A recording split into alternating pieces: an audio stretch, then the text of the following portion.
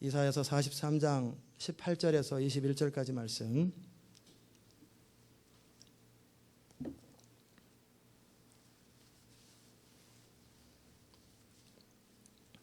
이사야서 43장 18절에서 21절 제가 봉독합니다.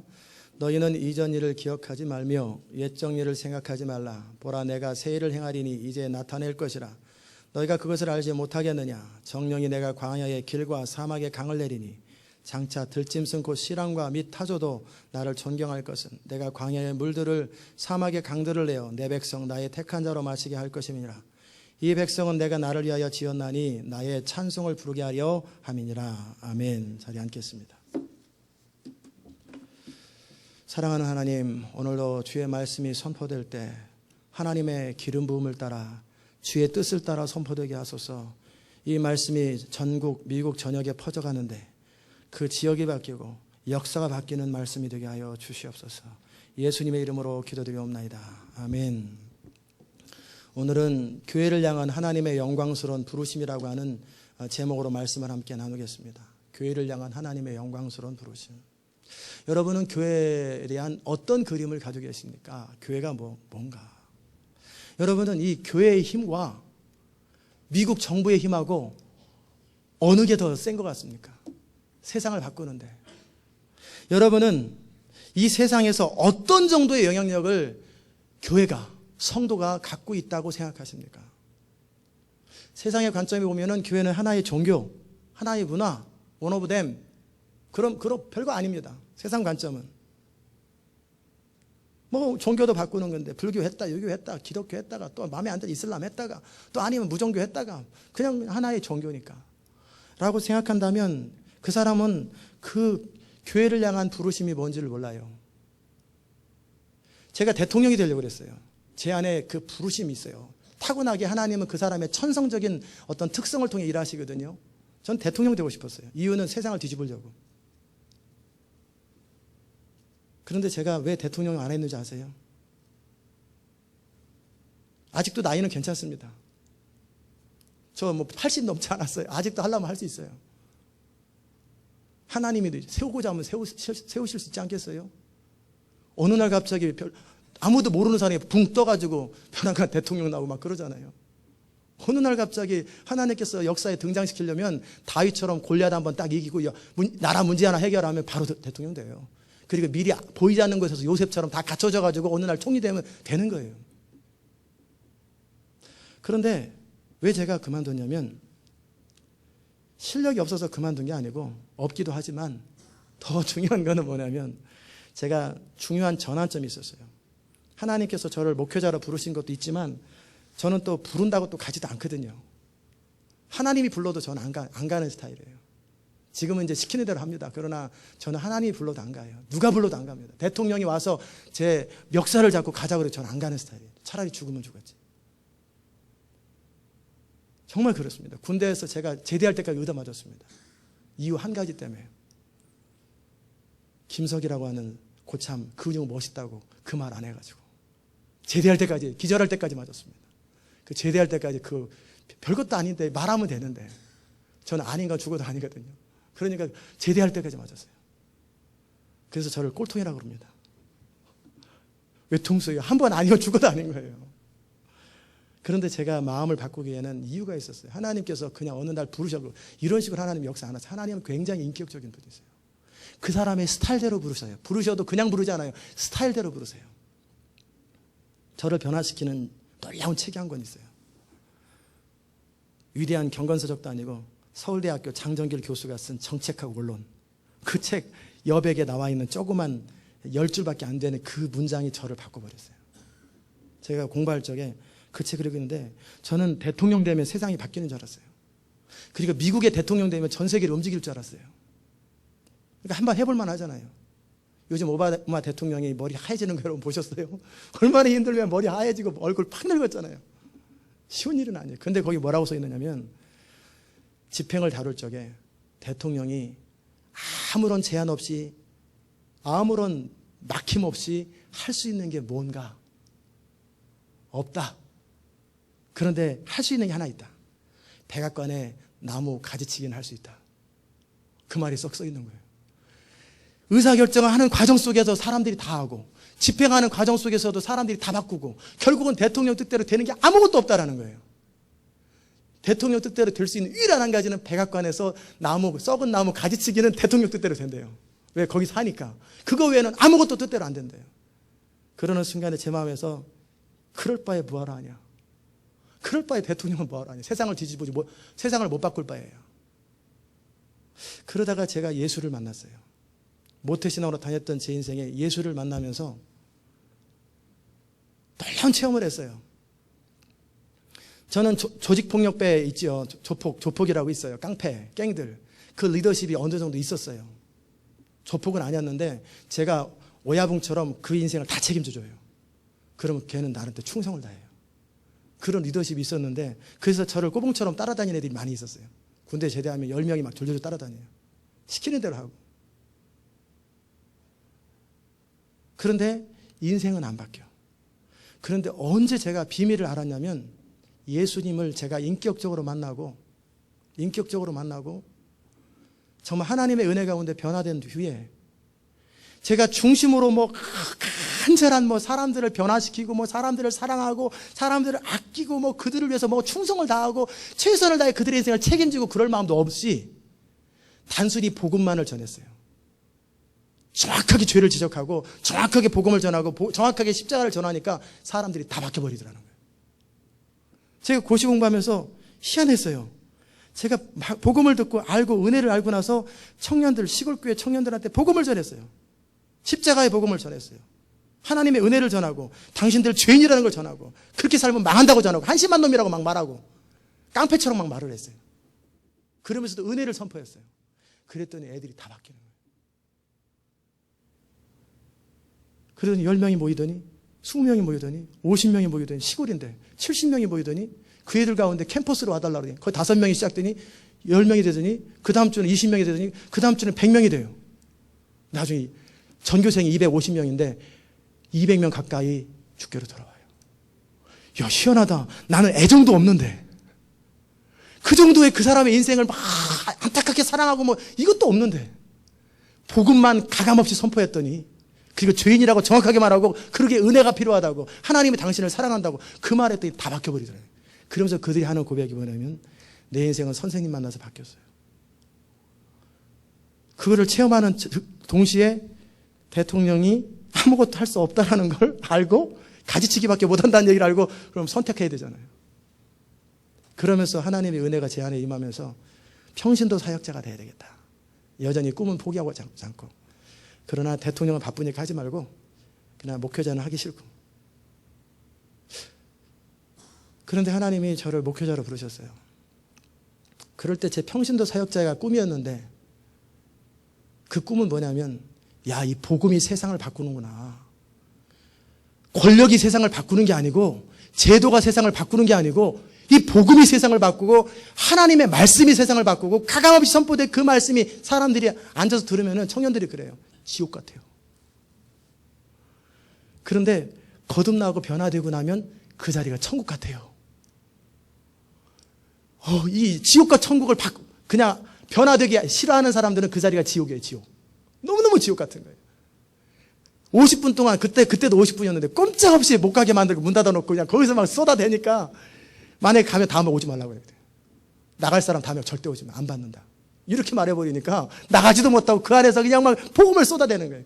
그런데 그 안에서 지옥 같은 애가 그냥 막 뒤틀면서 나가지도 못하고 또 교회 후배고 그러니까. 그런데 그 아이가 나중에 변화됐어요. 그러면서 하는 말, 천국이 따로 없어요. 내가 얼마나 죄인지를 알고 그래서 내가 은혜가 필요한 줄 알고 그래서 내가 하나님의 은혜가 아니면 살 수 없는 걸 알고 선생님이 왜 그렇게 침 튀겨가면서 그렇게 소리를 지르면서 마이크도 없었거든요. 막 소리를 지르면서 그랬는지를 알겠어요.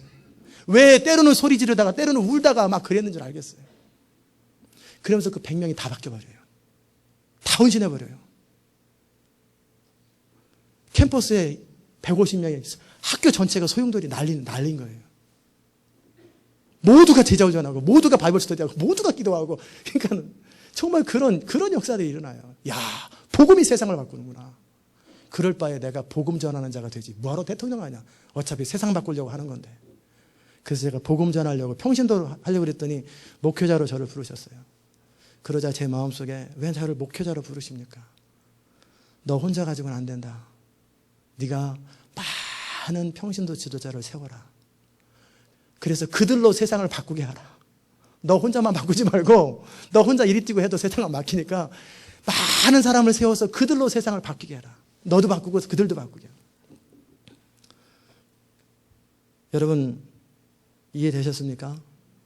교회가 하나님의 말씀이 가감없이 선포되는 장소요. 이 하나님 말씀이 그대로 선포될 때 그 말씀은 파워를 가지고 죄인이 회개합니다. 삶이 바뀌어버리는 거예요. 세상의 관점에 보면 그저 하나의 종교요, 하나의 문화지만 하나님의 관점에 보면 교회는 유일한 대안이에요. 유일한 대안. 만약에 교회가 대안이 아니라면 하나님은 어떻게 하시겠어요? 하나님의 아들까지 이 땅에 내려보내셨는데, 그래서 세운 게 교회인데, 하나님의 대안으로서 교회를 세웠는데 교회가 능력이 없고 교회가 대안이 아니라면 어떻게 되겠어요? 그럼 하나님이 천사를 이끌고 이 땅에 내려와야 되지 않겠어요? 아니면 이 지구를 불질러 버리든지 다 태워버리든지 방법이 없어요. 교회만이 유일한 하나님의 대안인 걸 여러분이 믿으시기 바랍니다. 그래서 교회는 영광스러운 것이고, 교회는 하나님의 정말 축구 감독이, 풋볼 코치가 본인이 아무리 능력이 있어도 소용없어요.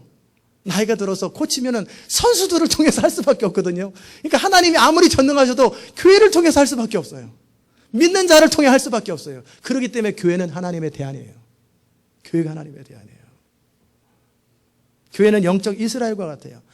구약시대 때 전 세계 모든 나라들을 향해서 하나님 말씀하셨어요. 오늘 이따 나누겠지만 내가 구스와 스바를 너의 속량물로 리뎀션으로 줄 것이고, 그리고 내가 모든 걸 하더라도 이스라엘 내가 너를 보호하겠다. 너희는 세상 민족 가운데 가장 존귀하다.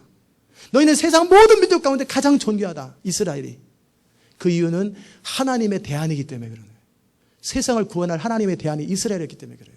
그러나 영적 이스라엘이 바로 교회입니다. 이 교회가 하나님의 대안이에요. 그렇기 때문에 이 교회의 영광을 아는 사람, 이 교회의 특권을 아는 사람, 이 교회의 사명을 아는 사람, 그것은 너무너무 중요합니다. 이 세상은 there is no other choice, only the church. 예수님의 교회, 예수님을 머리로 하는 이 교회만이 하나님의 대안인 것, 이것이 하나님의 결정이에요. 교회는 한 나라의 운명보다 중요합니다. 세계 역사의 모든 운명들은 망하다 흥하다 망하다 흥하다 다 합니다. 그러나 하나님은 이 교회를 통해서 시온 인터내셔널 교회만이 아니고 우주적인 교회, 모든 교회, 예수 그리스도를 중심으로 사랑하고 머리하는 교회를 통해서 하나님은 하나님의 역사를 이루시고, 더더욱이 우리는 마지막 시대의 최종 지말에 이 하나님 나라를 완성하고 마무리해야 되는 이 역사적인 시점에 와 있어요. 이 하나님 나라가 완성되면 이 세상은 끝납니다. 제가 어디에 보니까 광고를 냈는데 융자회사인 것 같아요. 그런데 우리는 100년을 생각합니다. 그래서 제가 이분이 참 정신없다. 이 세상이 100년 안 갈 텐데 무슨 100년을 생각해. 아, 이 사람 예수 믿어야 되겠구나. 시대를 알아야 되겠구나. 시대도 모르는데 무슨 융자를 한다고.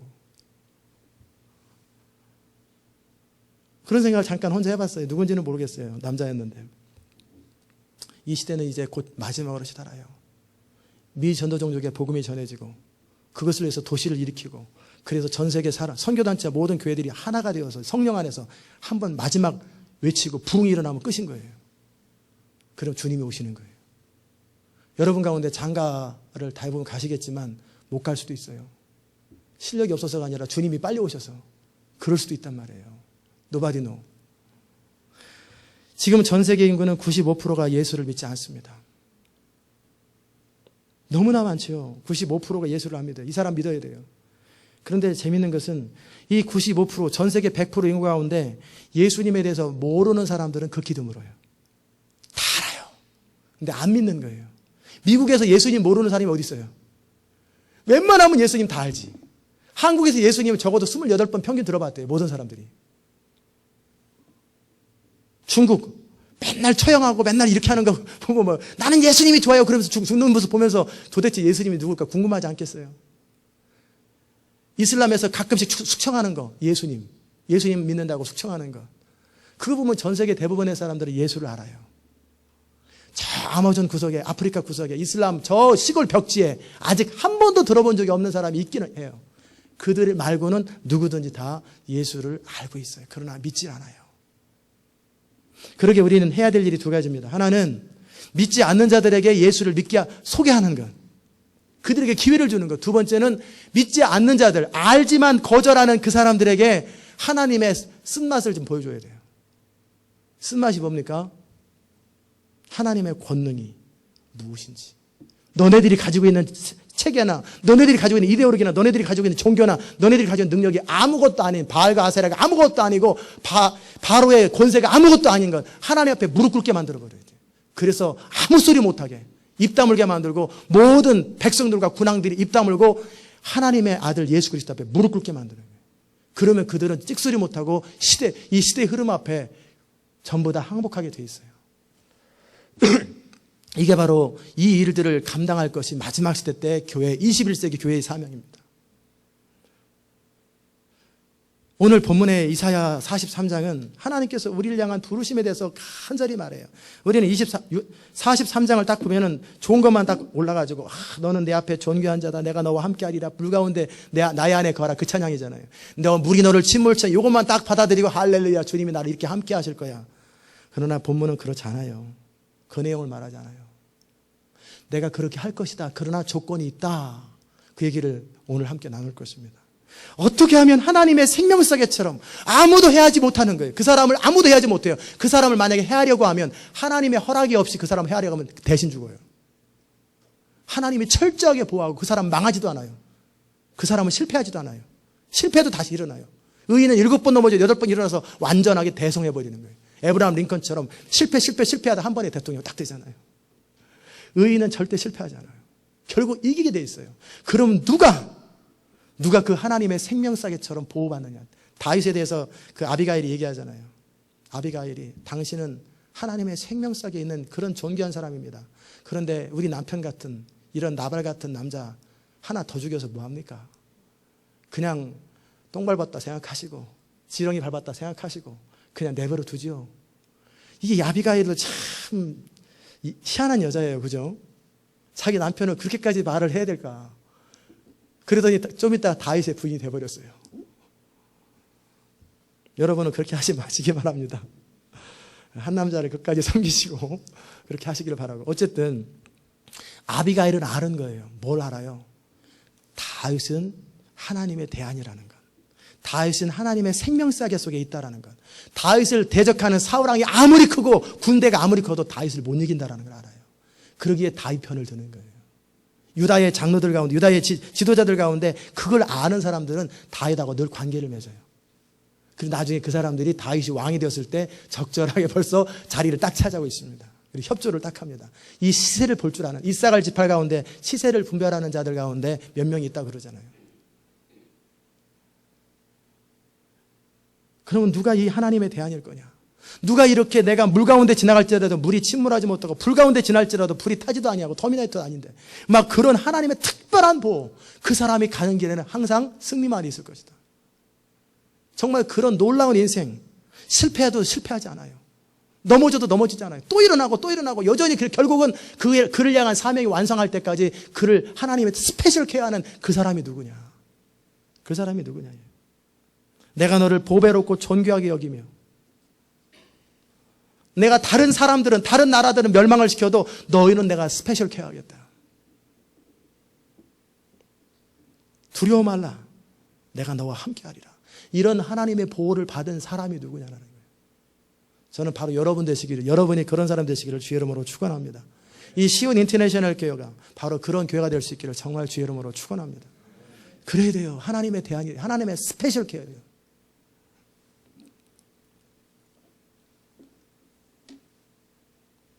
하나님이 말씀하십니다. 여러분 성경을 한번 펴보십시오. 이사야 43장을 펴보십시오. 1절에서 5절까지 또는 7절까지 굉장히 좋은 말씀, 너무너무 은혜의 말씀이 있습니다. 야곱아, 이스라엘입니다. 너를 창조하신 여호와께서 이제 말씀하시니라. 이스라엘아, 너를 조성하신 자가 이제 말씀하시냐. 너는 두려워 말라. 내가 너를 구속하였고 내가 너를 지명하여 불렀나니 너는 내 것이라. 네가 물 가운데 지날 때 내가 함께할 것이라. 강을 건널 때 물이 너를 침몰치 못할 것이며 네가 불 가운데 행할 때도 타지 아니할 것이요 불꽃이 너를 사르지도 못하리니 대저 나는 여호와 네 하나님이요 이스라엘의 거룩한 자요 네 구원자임이라. 내가 애굽을 너를 대신해서 속량물로 구스를와 스바를 너의 대신으로 주었노라. 내가 너를 보배롭고 존귀하게 여기고 너를 사랑하였으니 내가 사람들을 주어 너를 바꾸며 백성들로 내 생명을 대신하리니 두려워 말라. 내가 너와 함께하여 내 자손을 동방에서부터 오게 하며 서방에서부터 너를 모을 것이라. 내가 북방에 이르기를 놓으라. 남방에 이르기를 구려하지 마라. 내 아들을 원방에서 이끌며 내 딸들을 땅끝에서 오게 하라. 제가 이 말씀을 읽으면서 했던 기도가 있어요. 동쪽, 서쪽, 남쪽, 북쪽아 예수 이름으로 시온에 속한 영혼들을 놓을지어다 막 제가 그랬지요. 시온교회 와야 될 사람들은 가감없이 올지어다. 전 세계에서 모일지어다 막 그 기도를 했어요. 이 말씀을 듣고. 무릇 내 이름을 일컫는 자, 내 이름으로 일컫는 자, 내가 내 영광을 위해서 창조한 자를 오게 하라. 그들을 내가 지었고 만들었느냐. 그러면서 하나님이 8절에 전환하십니다. 눈이 있어도 보지 못하고 귀가 있어도 듣지 못하는 이 백성들을 끄집어내라. 그리고 열방 앞에서 세워라. 그리고 민족들이 회집하여 모였고 열방이 모였는데 그들 가운데 함께 변론해보자. 너희 열방의 우상들이, 너희 나라의 군왕들이 내가 천지를 창조하고 지금까지 역사를 운행하는 것처럼 너희가 할 수 있느냐? 내가 이 바벨론의 강국을 내가 멸망시키고 그리고 회복하는 것처럼 할 수 있느냐? 할 수 있다면 말해봐라. 열방은 모였으며 민족들이 회집하였은들 그들 중에 누가 능히 이 일을 고하며 이전 일을 우리에게 보이겠느냐. 그들로 증인을 세워 자기의 옳음을 한번 너네들이 옳으면 옳은 대로 한번 변론해봐라. 나타내어 듣는 자들로 너네들이 옳다면 옳다고 말하게 해라. 마치 엘리야가 너네들의 신이 진짜 신이면 불을 내려봐라 그런 거랑 똑같은 거예요. 그런 10절에 전환합니다. 나 여호와가 말하노라. 너희는 나의 증인 나의 종으로 택함을 입었나니 이는 너희로 나를 알고 믿으며 내가 그인 줄 바로 그다. 너의 구원자다. 너의 하나님이다. 너의 창조자다. 내가 그인 줄 깨닫게 하려 함이라. 나의 전에 지음을 받은 신도 없었느니라. 나의 후에도 없느니라. 나 곧 나는 여호와라. 이 꼭 제 모습을 보는 것 같아요. 여러분 믿어주세요. 진짜입니다. 부흥은 진짜입니다. 이 교회 비전은 진짜입니다. 꼭 그러는 것 같잖아요. 하나님이 속이 안 터지겠어요. 내가 하나님이다. 내가 정말 그 여호와다. 나 외에 구원자가 없다. 나에게로 돌아오라. 막 그러는 이 하나님이 오죽하면 이러시겠어요. 하나님의 속이 터지는 거예요. 이스라엘 백성들이 그 하나님의 자녀답게 삶으로 열방 가운데 하나님의 영광을 선포하면 하나님 이 말을 하실 필요가 없단 말이에요. 하나님이 정말 이스라엘을 택하고 구원하셨던 것처럼 그리고 그들이 이 땅에서 하나님의 백성과 자녀로서 이 땅의 열방 가운데 하나님의 영광을 선포하고 하나님의 능력을 선포하면 내가 여호와니 나다 이런 얘기 할 필요가 뭐 있어요. 내가 이스라엘 백성들을 보니 하나님을 섬기는 것이 무엇인지 알겠다. 그러면 사람들이 저절로 고개를 숙이지 않겠어요. 하나님이 그게 안 되니까 먼저 누구를 설득하는 거예요? 이스라엘 백성들부터 설득하는 거예요. 지금 이스라엘 백성들한테 내가 크다. 나 곧 나는 여호와라. 나 외에 구원자가 없느니라. 내가 고하였으며 구원하였으며 보였고 내가 너희들한테 말했지 않느냐. 내가 너희들을 구원했지 않느냐. 내가 너희들한테 기적과 능력을 베풀었지 않느냐. 너희 중에 다른 신이 해본 적이 있느냐. 그러므로 너희는 내 증인이다. 야, 너희 앞에 내가 누군지 아느냐. 하나님이 답답한 거예요. 내가 누군지 아느냐. 나는 하나님이라 여호와의 말이니라. 과연 태초부터 나는 그니 내 손에 등이 건질 자가 없도다. 내가 행하리니 누가 막으리요. 이 하나님의 마음을 아십니까? 믿어주지 않는 사람을 향해서 끊임없이 나다 그 말을 하나님의 마음을 아십니까? 이 하나님의 답답하고 안타까운 마음을 아세요. 너희의 구속자여 이스라엘의 거룩한 자 여호와가 말하노라. 그런데 그러면 이 하나님을 이스라엘은 왜 못 믿을까? 왜 못 믿을까? 이스라엘 사람들 안에 쓴뿌리가 있어요. 이스라엘 사람들 안에 안 좋은 추억이 있어요. 이유나 내용은 생각하지 않고 결과적으로 모든 걸 판단해가지고 이렇게 말하는 거예요. 아니 하나님이 창조주요 보호자요 무슨 물 가운데 어쩌고 별소리 다 하지 말고 우리 지금 망해가는데 우리 지금 지난 수백 년 동안 적어도 200~300년 동안 얼마나 고생 많이 했습니까? 얼마나 고생 많이 했는데 제발 그런 소리 그만하고 고생 좀 끝나게 해주세요. 제발. 무슨 영광 우리를 스페셜 케어하겠다 그런 얘기 그만하고 현실 문제부터 당장 해결해 주면서 그 다음 단계로 다음에 다시 또 앉아서 편안하게 얘기합시다. 지금 그 얘기하고 있는 거예요. 이스라엘 백성들은 그들 안에 하나님에 대한 원망이 있고 불평이 있고 지금 해결하지 못하는 신경질나. 하나님 안 듣고 싶어요. 막 그런 어떤 거역할 수는 없지만 그 마음속에 분노의 감정이 있는 거예요. 지금 이스라엘 백성들이. 그러니까 하나님이 또 호소하지요. 너희 구속자 이스라엘의 거룩한 자 여호와가 말하노라. 너희를 위하여 내가 바벨론을 보내어 모든 갈대아 사람으로 자기들의 연락하던 배를 타고 도망하여 내려가게 하리라. 너희를 위하여 내가 바벨론에 보내어 모든 갈대아 사람으로 자기들의 연락하던 것, 내가 너희들을 해방하는 것들을 다 해결하겠다. 내가 아시리아도 해결하고 바벨론도 다 해결할 것이다. 15절 나는 여호와 너희 거룩한 자여 이스라엘의 창조자여 너희 왕이니라. 너네 옛날에 봤지 않느냐. 바다 가운데 큰 길을 큰 물 가운데 첩경을 내고 병거와 말과 군대의 용사를 이끌어내서 그들로 일시에 엎드려져서 일어나지 못하게 하고 소멸하기를 꺼져가는 등불 같게 한 홍해를 가르고 이집트 군대를 다 집어넣은 나 여호와가 말하노라. 내가 그렇게 하겠다라는 거예요. 하나님이 뭐가 아쉬워서 이렇게까지 할까요? 그죠? 하나님이 뭐가 이렇게 아쉬워서 이렇게까지 할까요? 그냥 버리면 그만이지. 안 믿으면 그만이지. 나를 버리고 가시는 님은 심리도 못 가요. 발병 났네 하고 딱 마음 돌이키면 그만이지. 왜 근데 이스라엘 붙들고 이렇게 씨름을 하는 거예요? 이스라엘. 사랑 때문에 그러는 거예요. 사랑 때문에. 이스라엘을 택하고 구속했기 때문에 포기하지 않고 포기하고 싶지 않은 하나님의 마음 때문에 그러는 거예요. 너희는 이전 일을 기억하지 말라. 이전 일이 200~300년 동안 있었던 여러 가지를 맨날 당하고 다윗 왕국 이후의 이야기를 말하는 거예요. 그 다음에 또 출애굽 이후의 사사기 시대의 이야기를 말하는 거예요. 너희 역사를 기억하지 마라. 결과만 생각하지 마라. 그때는 다 그럴 만한 이유가 있었느니라. 그들이 심판을 받고 징계를 받을 때는 이유가 다 있었느니라. 이유를 생각하지 않고 그냥 겉으로 드러난 우리 한많은 역사라고 그렇게 말하지 마라. 이전 일을 기억하지 마라. 옛적 일을 생각하지 마라. 대신에 19절 보라 내가 새 일을 행하리니 이제 나타낼 것이라. 너희가 그것을 알지 못하겠느냐. 정령이 내가 광야의 길과 사막의 강을 내리니 내가 놀라운 일을 행할 것이다. 광야의 길을 너희가 포로로 잡혀갔을 때 그들이 돌아오는 것을 상상도 못할 텐데 내가 그런 광야의 길을 일 것이고 사막의 강을 내리니 들짐승조차도 시랑조차도 사막 가다가 목말라 죽지 않냐고 사막이 오아시스가 되어 있는 걸 보면서 이게 왜들 그랬대. 그들이 생각이 있다면 언어를 한다면 이스라엘 백성들 때문에 하나님이 스페셜 케어하느라고 보호하셨대. 그 사막이 강이 됐대. 어휴야 그들 참 감사하구나. 하나님 찬양해야 되겠네. 동물들조차 그렇게 하겠다라는 거예요. 그렇게 감사하게 만들겠다. 장차 들짐승 시람과 타조도 나를 존경할 것은 내가 광야의 물들을 사막의 강들을 내어 내 백성 나의 택한 자로 마시게 할 것입니다. 이 백성은 내가 나를 위하여 지었나니 나의 찬송을 부르게 하려 함이라. 이해되냐? 이해 안 되는데요. 그거는 그런 거고. 그런데 안 풀리잖아요. 그래도 인생부터 풀으라니까요. 그렇게 따지는 이스라엘 백성들을 향해서 22절에도 말씀하시는 거예요. 그러나 야곱아 너는 나를 부르지 아니하였다. 내가 너를 향한 내 마음은 이런 재앙이 아니라 평안이요 너희 장래와 소망을 주려는 생각이라. 정말 내가 너를 향한 놀라운 계획을 가지겠다. 막 그렇게 내가 너를 축복하기 원한다. 그런데 야곱아 이스라엘아 너는 나를 부르지 아니하였고 이스라엘아 너는 나를 괴로워하였다. 내 말을 듣는 걸 부담스러워하고 나 앞에 나오는 걸 스트레스 받아 했다. 네 번제의 양을 내게로 가져오지 아니하였고 네 번제물로 나를 공경하지 아니하였느니라. 내가 언제 예물 가져라고 너한테 그러냐. 너를 수고롭게 아니하였고 유향으로 너를 괴롭게 아니하였는데 너는 나를 위하여 돈으로 향품을 사지 아니하고 희생의 그름으로 나를 흡족해 아니하고 오히려 너는 죄만 져가지고 나를 수고롭게 하고 네 죄악 때문에 내가 공개망신 열방 가운데 내 이름이 창피를 당하지 않냐. 다른 우상 섬기는 사람들은 다 괜찮고 젠틀한데 왜 이스라엘 백성들은 저렇게 못됐을까?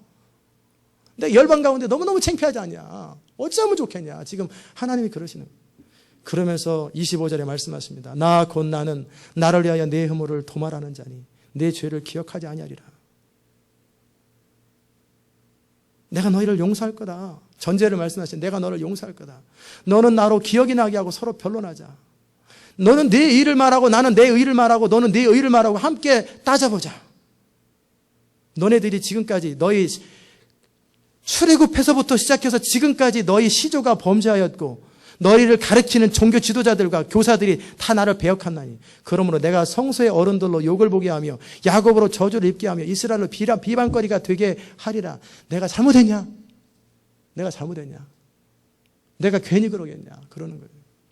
이 말씀을 들으면서 하나님의 마음을 아셔야 돼요.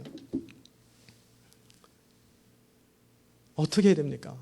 하나님이 지금 이 배경은 뭐냐면 이스라엘, 북쪽 이스라엘은 멸망하고 남쪽 유다는 멸망하기 직전에 몇 년 전이에요. 그러나 너네들이 멸망 안 한다는 말을 안 하시고 뭐라고 그러냐면 너네들이 너희 죄악 때문에 멸망을 할 것이다. 그러나 내가 너희를 버리지 않을 것이다. 그러나 알기는 똑바로 알자. 하나님이 우리를 버렸다고 말하지 마라. 우리 죄악이 스스로 하나님과 사이에 거리를 뒀고 여호와의 손이 짧아서 구원하지 못한 게 아니라 너희 죄악이 스스로 하나님의 도움을 받지 못했다라는 걸 기억하고 혹시라도 바벨론의 포로로 갔을 때라도 회개하고 자식들 똑바로 가르치고 그리고 다시는 죄악을 범하지 말고 돌이켜라. 그럼 내가 너희들을 구원할 것이고 동방에서 서방에서 남방에서 북방에서 사방에서 내 백성들을 모을 것이다. 알겠느냐? 한번 변론해보자. 그 말씀입니다. 이사야 40장이에요. 그리고 내가 그런 너희들을 보호할 것이다. 내가 너희를 이전까지는 징계했고 이전까지는 막 그랬지만 내가 너희들에게 새 영을 부어주고 새 마음을 부어줄 것인데 예레미야에 그러잖아요. 이사야에서 그러잖아요. 신명기에서 그러잖아요. 그래서 너희가 다시는 우상 섬기지 않을 것이고 이제는 너희 어린애부터 어른애까지 나를 알라고 말하지 않고 그냥 하나님의 신을 부어줄 것이다. 언젠가 성령을 부을 날이 있을 것이다. 그리고 내 백성이 스스로 돌아올 날이 있을 것이다. 그 말씀입니다. 이 하나님의 마음을 여러분 아십니까? 여러분이 아이들을 책망합니다. 집에서. 보니까 애가 너무나 버릇이 없고 혼을 내야 돼. 너 이리 와봐. 왜요? 어른이 말하면 오지. 이 집안이 좀 약간 이상한 집안입니다. 하여튼 그런 집안이에요. 우리 집이 아니라 그런 집안이 있다라는 거예요. 그냥 말로 하세요. 자꾸 소리 지르세요. 야, 왜요? 앉아봐. 앉으면 될 거 아니에요. 그래 앉았습니다. 너 그러면 되겠냐? 뭐요? 이스라엘과 지금 하나님이 싸우는 거예요. 지금 갈등하는 거예요. 야, 너 선은 이렇고 본론은 없고 결론은 없고 너 그렇게 하면 되겠냐? 그렇게 말씀하신 아버지는 저한테 잘했어요? 따지고 있는 거예요. 야, 너 좀 정신 좀 차리라. 내가 너를 지금 혼내고 싶어서 혼낸 게 아니야. 아유, 내 배로 둬요, 아버지. 나는 내 생긴 대로 살다가 죽을 테니까 신경 쓰지 말고 나 내 배로 두라고. 나는 내 멋대로 살 거라고. 아버지가 나를 먹여 살릴 거예요. 뭐 아버지가 나보다 일찍 죽을 건데 왜 내 인생 가지고 간섭하냐고. 신경 쓰지 말라고. 나는 내가 알아서 삽니다. 좀 제발 좀 나한테 좀 뭐라고 그러지 마세요. 방문 발로 탁 차고 탁 차고 그냥 딱 나가면 여러분 기분이 어떻겠어요? 이스라엘 백성이 지금 그러고 있는 거예요. 근데 이 아버지는 원래 그럴 마음이 없어요. 원래는 아들아 이리 와라. 그럼 얘가 자기 지은 죄 때문에 고개를 탁 숙이고 있어요. 고개 들어라. 예. 네 죄를 내가 알렸다. 예. 그러지 말아야지. 죄송합니다, 아버지. 네가 잘못한 게 뭔지 알았냐? 알긴 하는데 한 번 더 말씀해 주세요. 제가 확실히 고칠게요. 야, 그때 네가 이런 상황에서 이렇게 생각하고 이렇게 판단하고 이렇게 했잖아. 그거 옳지 않아. 내가 늘 말했던 것처럼 이게 옳은 거야. 알았니?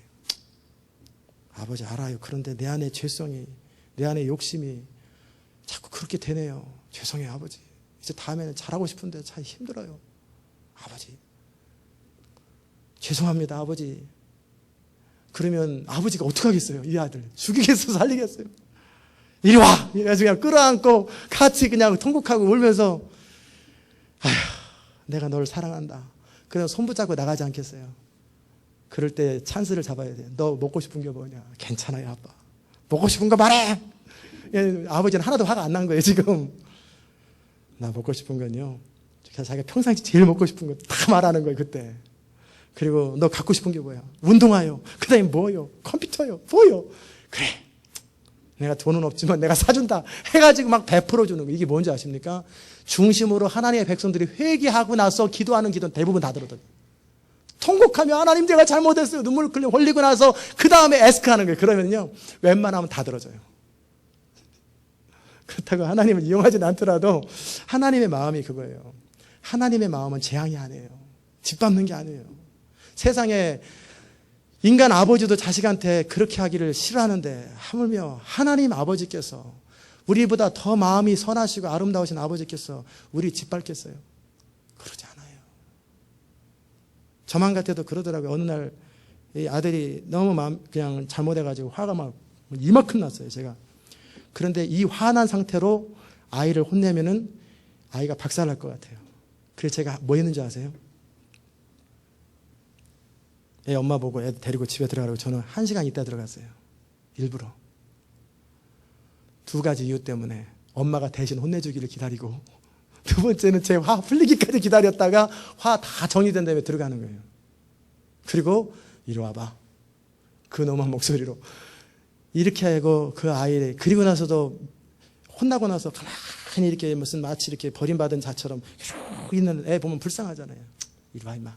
제가 끌어안고 머리 쓰다듬고 그렇게 같이, 야 어디 나가자. 아이스크림이라도 먹으러 가자. 그게 아버지 아니겠어요? 하나님이 원하는 게 그거란 말이에요. 하나님이 원하시는 게 바로 그 마음이에요. 네가 무슨 죄를 저질러도 괜찮다. 네가 어떤 형편이라도 괜찮다. 제발 스스로 의로운 척하지 마라. 내가 너를 책망할 때 내가 너를 멸망하려고 책망하고 심판하려고 책망하는 게 아니다. 내가 책망할 때 이유 되지 말고 잘못했습니다. 하나님. 잘못했습니다. 주님 용서해 주세요. 그 한마디만 해라. 그러면 그래서 내가 내 아들 예수 그리스도를 너에게 보내지 않았느냐. 그래서 내가 너를 사랑하지 않느냐. 이 내 사랑과 은혜를 네가 경험하기 원하노라. 이게 하나님께서 이스라엘 백성들과 변론하자는 거예요. 너는 나라와 변론하자. 지금 하나님의 관심은 누가 옳은가, 누가 키 큰가 대보자 그 얘기가 아니에요. 어차피 하나님이 옳고 하나님은 선하시고 하나님은 완전하세요. 아무리 우리가 잘났다 그래도 하나님과 대해서 이길 사람이 없어요. 그렇다면 우리가 서열을 정하는 거예요. 하나님 죄송합니다. 마음에서부터 거리낌 없이 중심으로 떳떳하게. 여러분 가운데 저는 이런 분도 계셨으면 좋겠어요. 하박국 같은 사람, 요나 같은 사람, 때로는 그런 사람도 있으면 좋겠어요. 때로는 도마 같은 사람도 필요해요. 마음에 하나님을 향한 원망도 있고 불편함도 있고 막 해결되지 않은 이런 것들이 있는데 혼날까 봐, 또는 내중에 그냥 또 하나님 미안할까 봐 적당히 하나님 편에 서져가지고 넘어갑시다. 그리고 중심에서 마음 따로 있는데 이렇게 거룩 뭐 거룩이냐. 이런 사람이 없었으면 좋겠어요. 그렇죠? 혹시 불편한 것이 있으면 따지세요. 하나님께 따지세요. 그게 변론하자라는 거예요. 하나님 제가 잘못한 게 뭐가 있습니까? 제가 잘못한 게 뭐가 있습니까? 왜 인생이 안 풀립니까? 따지라는 거예요. 품지 말고 하나님께 그게 하나님을 향해서 원망하지 말라고 그랬다고. 그 하나님하고 변론하는 건 괜찮아요. 이유 없이 원망하지 말라는 거예요. 하나님 앞에 불편한 것이 있고 속상한 것이 있으면 따져보세요. 뭡니까 하나님? 뭡니까? 막 울부짖으시고 나한테 설명해 주세요. 나 설명해 주세요. 하박국처럼 내가 꼭대기에서 하나님이 무슨 말씀하는지 들어보리라. 나한테 설명 좀 해주세요. 막 그렇게까지 해보라는 거예요. 그래가지고 하나님이 설명을 확실히 해주거든. 어떻게 하라는 거예요? 하박국처럼 무화과나무 잎이 마르고 비록 포도나무 열매가 없고 외양간에 송아지가 없어도 나는 여호와를 인하여 기뻐해. 중심에서 거리낌 없는 찬양을 원하는 거예요. 하나님 눈치 봐주고 입장 봐주고 그냥 서로 매너 갖춰가면서 적당한 거리 속에서 이런 거 싫어하세요. 확실하게 정리할 거 정리하고 누가 옳은지 다 정리하고 서열 정하자. 요나처럼 그냥 따지는 거예요. 그럴 때 하나님이 그렇게 정직하게 나오는 자들을 이것이 건방지게 말이야. 안 그럽니다. 요나에게 설명해 주잖아요. 박넝쿨 비유를 통해 다 설명해 주고 그러니까 요나가 아무 소리 못 하잖아요. 하나님이 우리한테 변론하자라는 것은 뭐냐면 어거지로 찍어도 힘으로 누르겠다라는 게 아니에요. 너가 스스로 못 깨닫거든 내가 깨닫게 하리라. 그러나 네가 중심으로 깨달았거든 돌이켜라. 나는 네가 죄 없는 걸 원하는 게 아니다.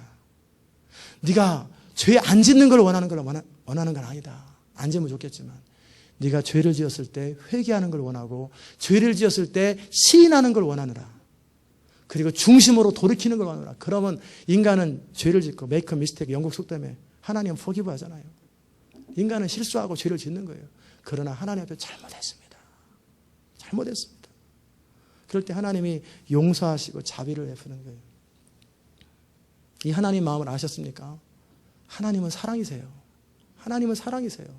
하나님이 뭐 사자처럼 막 그렇게 해도 그렇게 했을 때는 중보기도자가 엄마처럼 나타나서 중간에서 가로막이 역할을 해주기를 지금 기다리고 있는 건데 지금 그냥 내 대신 적당히 혼내는 흉내만 내주기를 원하는데 중보기도 하는 사람이 없으니까 어쩔 수 없이 그냥 화난 김에 때리는 거죠. 이게 아버지잖아요. 하나님은 혼내기를 원치 않으세요. 심판하기 원치 않으세요. 용서하기 원하시고 회복하기 원하시고 돌이키기 원하세요. 그런다 하나님은 죄 있는 상태로는 절대 축복 안 하세요. 정리되지 않은 상태에서는 절대 역사 안 하세요. 정리되고 해결되고 회복된 상태. 우리가 죄지면 간단하잖아요. 하나님 잘못했다고 중심으로 고백하고 용서해달라고. 그러면 돼요. 그럼 하나님께서 거기로 끝이에요. 잊어버려 보세요. 하나님은 동이 서에서 먼 것처럼 잊어버리고 기억조차 안 하세요. 그래서 저는 주의 은혜가 필요합니다. 하나님. 그래서 저는 주님의 정말 도우심이 필요합니다. 하나님. 그러면서 눈물을 흘리면서 하나님 앞에 나올 때 하나님이 그런 사람들에게 내가 너를 창조하였고 내가 너를 지명하였고 내가 너를 함께할 것이 내가 너를 보호할 것이고 네가 물 가운데 지날지라도 불 가운데 지날지라도 내가 너를 함께할 거라 그러는 거예요. 아버지가 나 먹여 살려요 한번 막 그러면서 방문 차고 나가는 바리새인 같은 사람들한테는 하나님 역사 안 하세요. 그러나 세리와 죄인처럼 주님 나를 불쌍히 여기소서. 주님 나를 불쌍히 여기소서 하면서 주 앞에 나와서 주님 나를 불쌍히 여겨달라고. 때로는 강대상에서 강력한 말씀이 선포되고 막 찔리는 말씀이 선포되면 오죽하면 하나님이 저러실까 하고 그래야지. 너는 죄 없냐? 속으로 그러지 말고. 주님 나를 불쌍히 여겨주세요. 주님 나를 불쌍히 여겨주세요. 그럴 때 하나님의 스페셜 케어가 들어가는 거예요. 하나님의 생명싸개 같은 보호가 들어가는 거예요. 하나님은 사랑이세요. 그러나 사랑은 진리와 함께 기뻐하고 불의를 기뻐하지 않는 거예요. 하나님과 우리 사이에 거리낌이 하나도 없어요. 대신에 예수의 피로 용서받고 양심의 거리낌 하나도 없이 그런 상태로 하나님 앞에 나아갈 때 하나님이 쌓을 것이 없도록 보고 주시고 축복하시고 능력을 베푸시고 권능을 베푸시고 온갖 좋은 것을 베풀어 주신 하나님이에요. 믿으십니까? 그 하나님 앞에 우리는 자신이 있어요. 우리의 의로움 때문이 아니라 내가 잘못했을 때 잘못했다고 고백해도 하나님은 나를 거절하지 않으실 것이다. 이 자신감. 내 부모는 나를 설령 거절하는 한이 있어도 내 하나님은 나를 영접하시리라는 그 자신감. 하나님의 은혜에 대한 확신, 하나님의 사랑에 대한 확신이 성도의 배짱인 거예요. 그게 은혜의 배짱이에요. 마지막 부흥을 위해서 하나님이 사용하실 사람이 바로 그 은혜를 아는 자들이에요. 그 은혜를 아는 자들. 그 하나님의 마음을 알고 잃어버린 영혼에 대해서 선포하는 자들이에요. 잃어버린 영혼을 향해서 선포하는 자들이에요. 마지막으로 제가 여러분에게 말씀을 마무리하면서 두 가지 예화를 드립니다. 인간은 죄를 싫어해요. 죄를 고백하기를 싫어하고 죄에 대한 이야기를 듣기 싫어해요. 여러분 노만 빈센트 필이라는 그 목사님 계시죠. 적극적 사고, 포지티브 싱킹. 그분은 100만년의 설교자라고 그의 설교집과 그의 가르침은 수많은 사람들에게 팔릴 만큼 많은 사람에게 알려졌어요. 그러나 그의 설교의 특징이 뭔지 아세요? 단 한 번도 죄를 얘기하지 않는다는 거예요. 노만 빈센트 목사님의 가치관의 핵심이 뭐냐면 자기 부인이 아니라 자기 개발이에요. 자기 부인은 뭐냐면 내가 죄인인 것 앞에 나의 무력함과 내가 아무것도 아닌 것을 고백하고 철저하게 무력해지는 거예요. 그래서 오직 은혜, 하나님의 능력, 하나님의 은혜만을 의지하고 하나님의 능력으로 인생의 승부를 보는 건 자기 부인이에요. 그러나 노만 빈센트 필 목사님은 내 안에 적극적인 신념을 개발해가지고 사고를 개발해가지고 성공하라는 거예요. 죄인은 절대 얘기하면 안 돼요. 왜? 죄인은 너 안 된다는 얘기잖아요. 너는 불가능하다는 얘기가 죄잖아요. 너는 가능하다. 너는 가능하다. 적극적으로 성실하게 최선을 다해라. 노만 빈센트 목사님의 설교를 좋아하는 신앙을 통해 교양이나 얻으려는 사람, 영적인 근본적인 죄 문제를 해결하지 아니하고 여전히 십자가 앞에서 눈물을 흘리지 아니하고 그저 자기 인생을 개발하기 원하는 사람이 좋아하는 메시지예요. 그러나 이 메시지를 통해서는 구원되지 않습니다. 사람들이 주께로 돌아오지 않고 십자가 앞에 오지 않고 다 멸망당하고 세상에서 성공을 할 줄 몰라도 다 지옥 갑니다. 이 메시지 듣고는. 반면에 시카고 해몬드에 잭 카일이라는 목사님이 계셨어요. 이분은 블루칼라 노동자들을 가난한 사람이 모여 사는 윤리 개념도 없고 거칠기 짝이 없는 이런 교회에서 목회하시는 분이에요. 철도 옆에다 교회를 지었어요. 근데 이분 교회의 특징이 뭐냐면 설교단 앞에 방탄유리를 놨어요. 이유가 뭔지 아십니까? 매주마다 죄를 지적해요. 죄도 일반적인 죄가 아니라 구체적으로 사람들이 저지르는 죄를 어젯밤에 이런 일을 저질렀지. 지옥 갈지어다. 회개할지어다. 지옥 갈지어가 아니라 회개할지어다.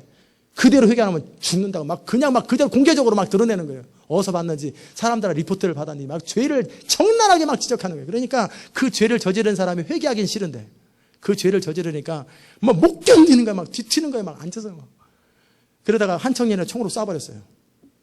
그러니까 이렇게 하다가 여러분 하다가 일리 지나갔는지 싹 피하니까 그 다음에 교회에서 방탄유리를 딱 해놨어요. 그리고 목회자 성도들이 뭐라고 그랬냐면 제발 죄 얘기 그만 좀 하라고. 목숨이 방탄유리는 했지만 나가다 죽으면 어떡하냐고. 나가다 죽으면 차 타다가 죽으면. 이 목사님이 제카일 목사님이 죄를 지적하지 않는 설교를 하느니 난 설교 안 하겠다. 인간이 죄를 지적할 때 자기 의가 깨지고 죄를 지적할 때 십자가 앞에 나오고 죄를 지적할 때 은혜를 알고 죄를 지적할 때 하나님의 사랑을 알게 되는데 이 죄를 지적하지 않는 설교는 죽은 설교다. 계속 죄를 지적하는 거예요. 그것을 통해서 어떤 일이 생겼는지 아십니까? 개인이 바뀌고 처음에는 시간이 가죠. 사람이 바뀌는데 쉽지 않아요. 일반적인 죄라고 지적하잖아요. 그럼 어떻게 하는지 아세요? 누구 죄인 있나? 죄진 사람 있나? 이 세상에 저도 26년 동안 그랬어요. 설교 아무리 들어도 저 십자가는 세상에 죄 많은 사람들이에요. 오죽하면 저렇게 죄를 많이 지었을까? 설교를 들으면은 저는 한 번도 죄인이라는 생각을 해본 적이 없으니까. 엄청난 죄 얘기, 죄 얘기도 잘 안 하지만 죄 얘기하면은 아마 우리 교회에 무슨 죄진 사람이 있는가 보지. 그러고 있었어요. 저 일반적인 죄 얘기를 하면 그래요. 그런데 하나님이 저의 근본적인 죄의 문제를 딱 지적하니까 제가 깨져버리고 인생이 바뀌더라고요. 이 제카일 목사님이 죄를 딱 지적하는 거예요.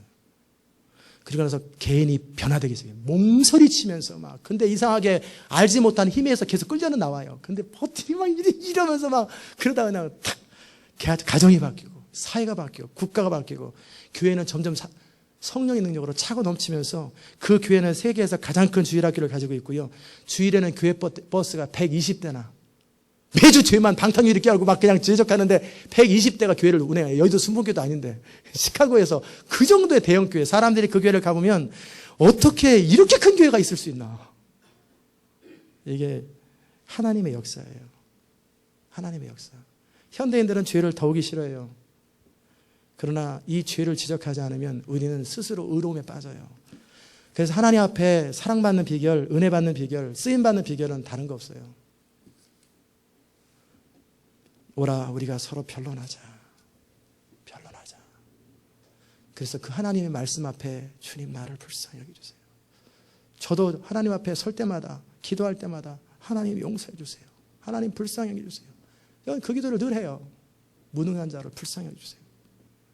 그러면서 하나님 앞에 늘 아무것도 아닌 자로 서는 거예요. 주의 은혜가 전부인 자로 서는 거예요. 마지막 하나님의 교회를 향한 부르심이 바로 그거예요. 이 세상 사람들은 아담의 선악과를 따먹은 이후 자기 스스로 의로운 맛에 살고 자기가 스스로 판단하고 스스로 결정하고 이렇게 자기가 주인되어 살아가는 이 시대 속에서 하나님이 원하는 건 뭐냐면 너는 아무것도 아니라는 거예요.